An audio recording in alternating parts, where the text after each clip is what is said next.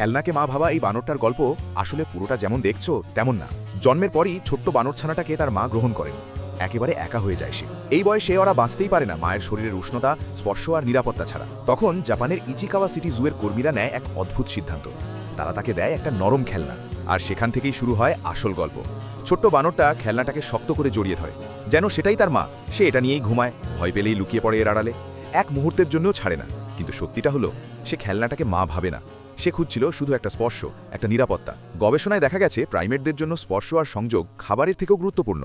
হেরি হার্লোর পরীক্ষাতেই এটা প্রমাণ হয়েছিল। কিছুদিন পর তাকে অন্য বানরদের দলে রাখা হয়, কিন্তু কেউ তাকে সহজে মেনে নেয়নি।